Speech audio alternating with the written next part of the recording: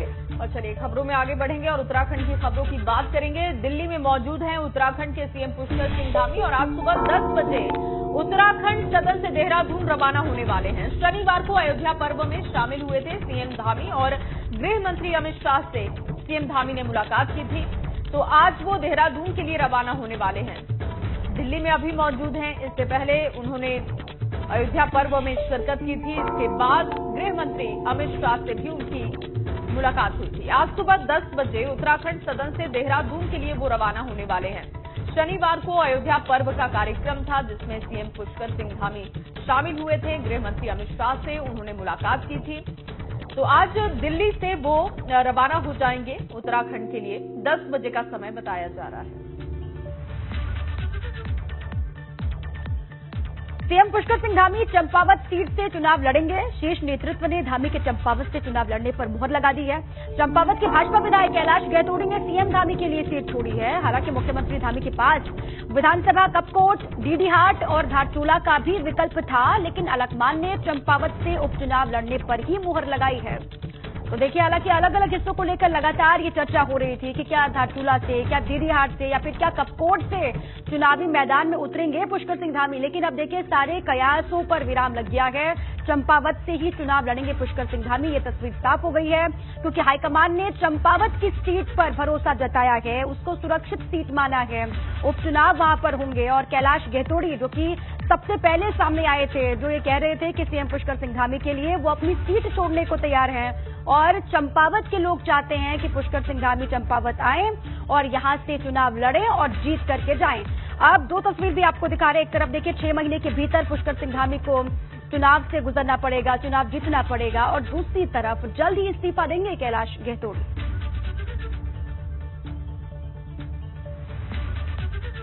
और चलिए ताजा जानकारी देने के लिए संवाददाता पंकज राणा देहरादून से जुड़ चुके हैं हमारे साथ। पंकज, क्योंकि 3 सीटों का विकल्प था लेकिन चंपावत को चुना गया, क्या इसके पीछे वजह समझ आ रही है? देखिए, चंपावत सीट भाजपा की अपनी पुरानी सीट रही है और इस सीट से लगातार भाजपा के प्रत्याशी हैं वो जीतते भी रहे हैं। इस लिहाज से अगर देखा जाए तो काफी चंपावत सीट जो है वो मुख्यमंत्री के लिए सेफ सीट हो सकती है, इसीलिए ये निर्णय लिया गया है। हालांकि उनके पास देखिए विकल्प थे, डीडीहाट से वो चर्चाएं उनकी चली कि डीडीहाट से भी चुनाव लड़ सकते हैं। उसके अलावा जो कांग्रेस के विधायक है हरीश धामी, उन्होंने खुलकर ऐलान किया कि वो मुख्यमंत्री पुष्कर सिंह धामी के लिए सीट छोड़ देंगे। लेकिन क्योंकि तमाम सारे समीकरण होते हैं मुख्यमंत्री के चुनाव लड़ने के लिए कि फिर से खड़िया वाली स्थिति ना बने, इसके लिए एक सेफ सीट चुनना मुख्यमंत्री के लिए बड़ी चुनौती भी हो रही थी। और ऐसे में अब जिस तरह से चंपावत सीट से चुनाव लड़ने की चर्चाएं हो गई हैं, अब हाईकमान ने उन पर पूरी तरह से मोहर लगा दी है। तो इन तमाम चीजों को इस रूप में भी देखा जा रहा है कि एक सेफ सीट के रूप में मुख्यमंत्री ने चंपावत को चुना है। और चंपावत सीट से जो विधायक बने हैं पहली बार कैलाश गहतोड़ी, उन्होंने पहले ही शुरू में ही जब मुख्यमंत्री चुनाव हारे थे खटीमत से और जैसे मुख्यमंत्री के तौर पर पुष्कर सिंह धामी का ऐलान हुआ, उसी दिन उन्होंने ऐलान कर दिया था कि वो मुख्यमंत्री पुष्कर सिंह धामी के लिए अपनी सीट छोड़ने के लिए तैयार हैं। और उसी के बाद लगातार मुख्यमंत्री के दौरे भी चंपावत में हुए और जिस तरह से उन्होंने मंच से खुलकर चंपावत के विकास के लिए बात कही, तो ये तमाम चीजें उसी वक्त से ये इशारा करने लगी थी कि मुख्यमंत्री का जो उपचुनाव होगा वो चंपावत सीट से होगा। तो ये तमाम चीजें थी और इसीलिए अब देखिए ये स्थिति स्पष्ट हो गई कि मुख्यमंत्री पुष्कर सिंह धामी चंपावत सीट से चुनाव लड़ेंगे। अब बहुत कम वक्त है उनके पास चुनाव लड़ने के लिए, क्योंकि देखिए 1 महीने का वक्त मुख्यमंत्री को बीत गया है। जब मुख्यमंत्री हुए 23 तारीख को होने वाला है, तो ये तमाम चीजें अब उनके लिए रहेंगी कि किस तरह से वो चंपावत सीट पर अपना कामकाज आगे बढ़ाने वाले हैं। वहां पर लोगों के बीच में जाने के लिए, संपर्क करने के लिए और चुनावों की तैयारी करने के लिए बड़ा महत्वपूर्ण वक्त होगा। और इसमें एक चीज खास ये भी है, देखिए यदि वो बरसात आने से पहले चुनाव लड़ लेते हैं तो उनके लिए बड़ी अच्छी बात होगी, क्योंकि उसके बाद आपदा जैसी तमाम चीजें होती हैं और फिर उसके बाद अगर आपदा जैसी तमाम कठिनाइयां का सामने आती हैं तो कई तरह की दिक्कतों का भी सामना करना पड़ता है। इसलिए अब 1-2 महीने के अंदर ही ये स्थिति स्पष्ट हो जाएगी। बिल्कुल ठीक है पंकज, और जल्द ही वो चुनाव भी लड़ेंगे क्योंकि 6 महीने के भीतर ये चुनाव लड़ना भी होता है। चंपावत की सीट फाइनल हो गई है, बाकी सारी सीटों को लेकर जो कयास थे वो थम गए हैं। बहुत शुक्रिया आपका पंकज पूरी जानकारी के लिए। और हाईकमान ने चंपावत की सीट पर भरोसा जाहिर किया, इसके पीछे भी अपने मायने हैं। बिल्कुल दीपा, और अब खबर काशीपुर से है, जहां आज काशीपुर के दौरे पर सीएम पुष्कर सिंह धामी होंगे। कई कार्यक्रम में वो शामिल होने वाले हैं। काशीपुर को कई सौगात देने वाले हैं सीएम धामी। भाजपा के राष्ट्रीय स्तर संगठन महामंत्री शिव प्रकाश सिंह के भतीजे की शादी में वो शिरकत करने वाले हैं। तो काशीपुर का दौरा बेहद अहम है। फिलहाल दिल्ली में सीएम मौजूद हैं, लेकिन 10 बजे बताया जा रहा है कि वो उत्तराखंड के लिए रवाना होंगे और उसके बाद क्या उनका कार्यक्रम रहेगा उसकी जानकारी हम आपको दे रहे हैं। शिव प्रकाश सिंह के भतीजे की शादी है जिसमें वो शामिल होने वाले हैं, पारिवारिक कार्यक्रम जिसमें वो शामिल होंगे। काशीपुर के दौरे पर सीएम पुष्कर सिंह धामी आज होंगे, कई कार्यक्रम में वो शामिल होने वाले हैं और आपको बताएं कि काशीपुर को कई सौगात भी सीएम धामी देंगे। बेहद अहम दौरा उनका है। शिव प्रकाश सिंह के भतीजे की शादी में भी शामिल होने वाले हैं सीएम। ये एक निजी कार्यक्रम भी उनका। राष्ट्रीय स्तर संगठन महामंत्री शिव प्रकाश सिंह है जिनके भतीजे की शादी है, इस कार्यक्रम में भी वो पहुंचेंगे। और इसी पर काशीपुर से हमारे सहयोगी विकास गुप्ता जुड़ चुके हैं, सीधे विकास के पास चलते हैं। विकास, बताइएगा किस तरीके से वहां पर जब पहुंचेंगे पुष्कर सिंह धामी तो कार्यक्रम चलेंगे और शादी में भी उनको शामिल होना है। इसके अलावा ये कहा जा रहा है कि कई सौगातें भी आज पुष्कर सिंह धामी काशीपुर को दे सकते हैं, और क्या जानकारी आपके पास उनके दौरे को लेकर? जी हाँ, बिल्कुल मैं बता दूं, आज काशीपुर में मुख्यमंत्री पुष्कर सिंह धामी के कई कार्यक्रम हैं। लगभग 1 बजे के आसपास मुख्यमंत्री काशीपुर पहुंचेंगे। सबसे पहले जिस जगह मैं मौजूद हूं, राजकीय विद्यालय के जो आधुनिकीकरण है इनका लोकार्पण करेंगे। करीब 7 विद्यालयों का जो CSR फंड से बनाए गए हैं उनका लोकार्पण मुख्यमंत्री करेंगे। उसके उपरांत एक निजी अस्पताल है उसका लोकार्पण करेंगे और उसके बाद जाएंगे शिव प्रकाश जी के जो राष्ट्रीय सह महामंत्री संगठन है भारतीय जनता पार्टी के, उनके भतीजे की शादी में वहां प्रतिभाग करने के बाद सीएम वापस लौट जाएंगे। जी शुक्रिया आपका विकास, पूरी जानकारी के लिए। आप लगातार नजर बनाए रखिएगा। और अब बात कांग्रेस की भी कर लेते हैं। बड़ी खबर आपको बता दें कि आज कांग्रेस विधायक दल की बैठक होने वाली है। इस बैठक में सभी विधायकों को मौजूद रहने के लिए कहा गया है। इस बैठक के बाद क्या उत्तराखंड कांग्रेस में जो असंतोष देखा जा रहा है वो आज थम जाएगा, इस पर सभी की निगाहें।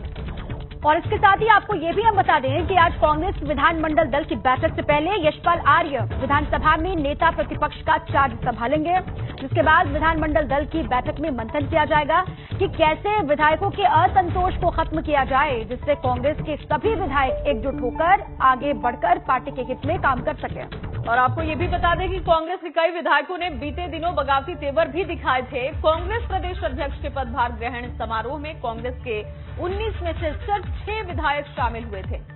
तो ऐसे में आज जो बैठक होने जा रही है विधानमंडल दल की वो बहुत अहम होने वाली है। सभी विधायकों को बैठक में मौजूद रहने के लिए कहा गया है क्योंकि बहुत असंतोष दिखाई दे रहा है, गुटबाजी कांग्रेस में दिखाई दे रही है। अंतरकलह की तस्वीरें भले ही खुलकर नहीं आ रही हैं, लेकिन कई विधायकों की नाराजगी है, ये तस्वीरें साफ हो चुकी हैं। और आज के दिन जब ये बैठक होगी तो बहुत अहम होगा ये देखना कि कौन कौन पहुंचता है। सभी विधायकों को इस बैठक में बुलाया गया है। कांग्रेस विधानमंडल दल की बैठक आज होने जा रही है और कांग्रेस के तमाम विधायक उसमें पहुंचे, इसके लिए पहले से जानकारी दी जा चुकी है। तो देखना होगा कि कौन कौन से नेता आज पहुंचते हैं, क्योंकि प्रदेश अध्यक्ष ने जब अपना पदभार ग्रहण किया तो सिर्फ 6 विधायक पहुंचे थे। रवि कैंथुरा मेरे सहयोगी जुड़ चुके हैं फोन लाइन पर। रवि, क्योंकि आज की बैठक बहुत अहम होगी इस लिहाज से भी कि कौन कौन से कांग्रेस के विधायक पहुंचते हैं, लेकिन कब ये बैठक होगी, क्या जानकारी इसको लेकर आपके पास? बिल्कुल जी, देखिए 11 बजे आज नेता प्रतिपक्ष यशपाल आर्य अपना विधिवत तौर पर पदभार ग्रहण करेंगे और विधानसभा में जब वो पदभार ग्रहण करेंगे उसके बाद तमाम जो विधायक हैं उनको आज बुलाया गया है जो इस कार्यक्रम में शामिल भी होंगे। और कहा जा रहा है कि इसके बाद विधानमंडल दल की बैठक होगी और कांग्रेस के 19 विधायकों को इसमें आमंत्रित किया गया है। जिस तरीके से हम कांग्रेस के अंदर देख रहे हैं कि भले ही 19 विधायक जीत कर आए हो, लेकिन आपस में खींचतान है, रस्साकसी का खेल जो है लगातार चल रहा है। कल करण मारा ने जब अपना विधिवत कार्यभार लिया तो उसमें भी 6 से 7 विधायक ही मात्र मौजूद रहे। तमाम विधायक जो है नदारत रहे और नाराजगी जो लगातार है वो देखने को मिल रही है। यशपाल आर्य कोशिश करेंगे एक सीनियर लीडर होने के नाते कि अपने तमाम विधायकों को एक साथ लेकर आगे बढ़े और पार्टी को मजबूती दे सके। कोशिश होगी कि सभी विधायकों की जो नाराजगी है उसको दूर किया जा सके। तो आज विधानसभा में यशपाल आर्य जब चार्ज लेंगे सीएम के लीडर का, तो उसके बाद वो तमाम विधायकों के साथ बैठक करेंगे, राय मशवरा करेंगे और आगे किस तरीके से पार्टी मिलकर काम कर सके इस पर रणनीति तैयार की जाएगी। बिल्कुल ठीक है रवि, जो डैमेज कंट्रोल की कोशिश कर रहे हैं एक लीडर की भूमिका में यशपाल आर्य, अब उसमें वो कितने सफल होते हैं क्या किस तरीके से कांग्रेस के जो रूठे हुए विधायक हैं वो मानते हैं उनकी बात या फिर नहीं मानते हैं, इस पर भी लगातार नजर रहेगी। बहुत शुक्रिया आपका रवि पूरी जानकारी के लिए। तो आज विधानमंडल दल की बैठक होनी है और इससे पहले नेता प्रतिपक्ष का चार्ज संभालेंगे यशपाल आर्य। कौन कौन पहुंचेगा, जो रूठे हुए 10 विधायकों की बात लगातार कही जा रही थी उनमें से कितने विधायक आते हैं, इस पर भी लगातार नजर हमारी रहेगी। कांग्रेस नेता भले ही ये दावा कर रहे हों कि पार्टी के भीतर सब कुछ ठीक है, मगर कांग्रेस विधायक हरीश धामी के बयान से ये साफ है कि अभी कांग्रेस के घर का झगड़ा सुलझा नहीं है। और आपको ये भी बता दें कि धारचूला से विधायक हरीश धामी ने कहा कि 2027 में वो कांग्रेस के टिकट पर चुनाव नहीं लड़ेंगे। ये रिपोर्ट देखिए। जब तक आपको नहीं पूछूंगा आप लोगों को, तब तक मैं सीट छोड़ूंगा नहीं।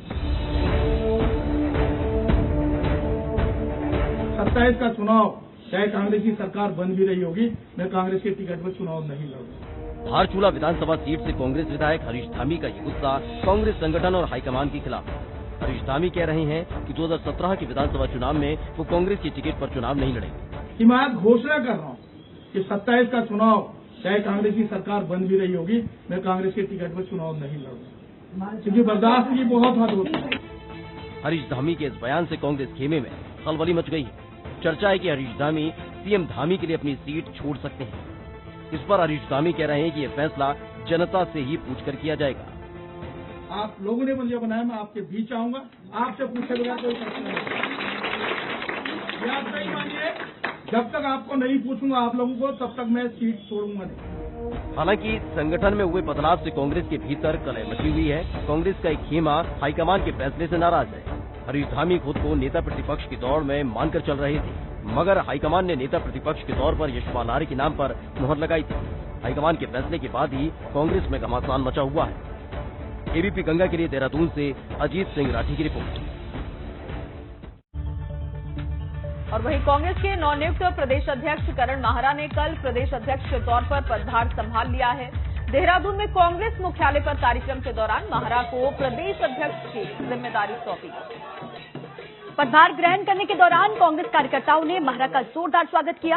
हालांकि कार्यक्रम में कांग्रेस के 19 विधायकों में से सिर्फ 6 विधायक ही पहुंच पाए, जिस पर करण माहरा ने कहा कि कई विधायकों के क्षेत्र में कुछ घटनाएं हुई हैं, जिस वजह से वो कार्यक्रम में नहीं आ पाए।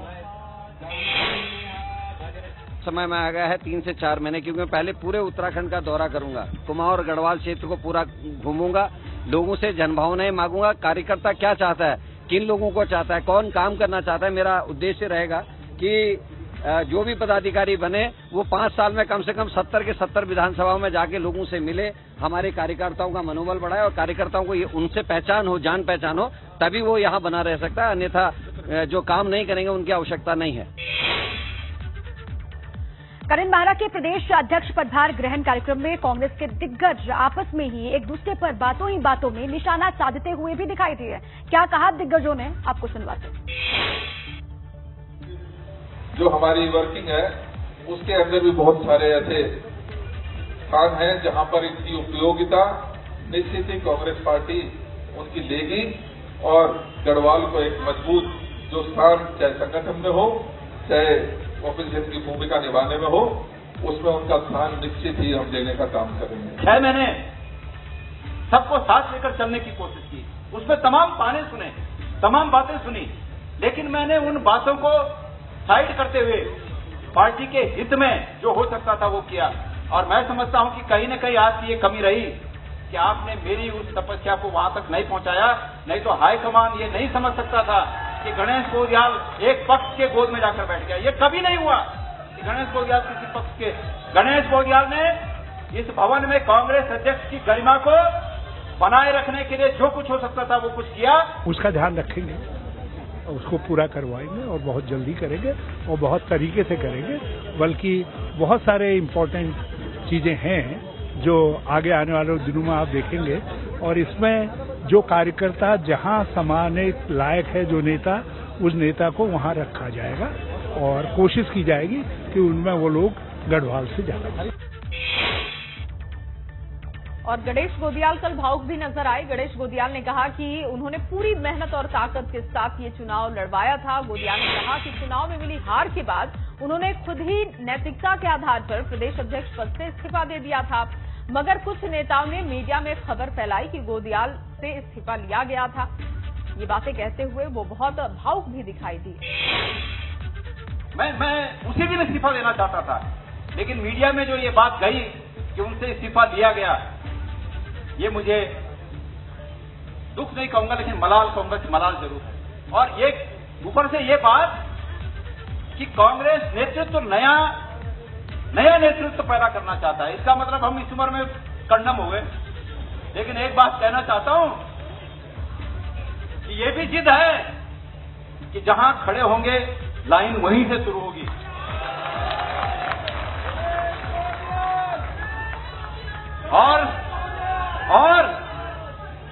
और एक चीज और सुन लीजिए, ये जो आग है मन में, ये आग है, हम हारे नहीं हैं, हम ठगे गए हैं। हारे नहीं, ठगे गए, विपक्ष के कुचक्र में फंस गए हम। बस जिसको चकड़ेती कहते हैं ना, चकड़ेती, वो चकड़ेती नहीं थी। अब आगे बढ़ते हैं। रुड़की से बड़ी खबर है। भगवानपुर थाना क्षेत्र में शोभा यात्रा पर पथराव का पूरा मामला है। स्वामी यतीन्द्रानंद गिरी ने पुलिस प्रशासन पर गंभीर आरोप लगाए हैं। मामले को रफा दफा करना चाहता है पुलिस प्रशासन, ये स्वामी यतीन्द्रानंद का आरोप है। देखिए स्थानीय पुलिस पर किस तरीके से आरोप लगा रहे हैं स्वामी यतीन्द्रानंद। उन्होंने कहा कि पुलिस की मंशा ही साफ दिखाई नहीं देती है, मामले को रफा दफा करना चाहता है पुलिस प्रशासन। अब इस बयान को किस तरीके से पुलिस डिफेंड करती है या फिर पुलिस की प्रतिक्रिया इसको सामने आती है इस पूरे मामले को लेकर, इस पर भी लगातार नजर होगी, क्योंकि पुलिस बार बार ये कहती रही कि वहां पर पुलिस ने पूरी कोशिश की मामले को शांत करने की और स्थिति को नियंत्रण में करने की।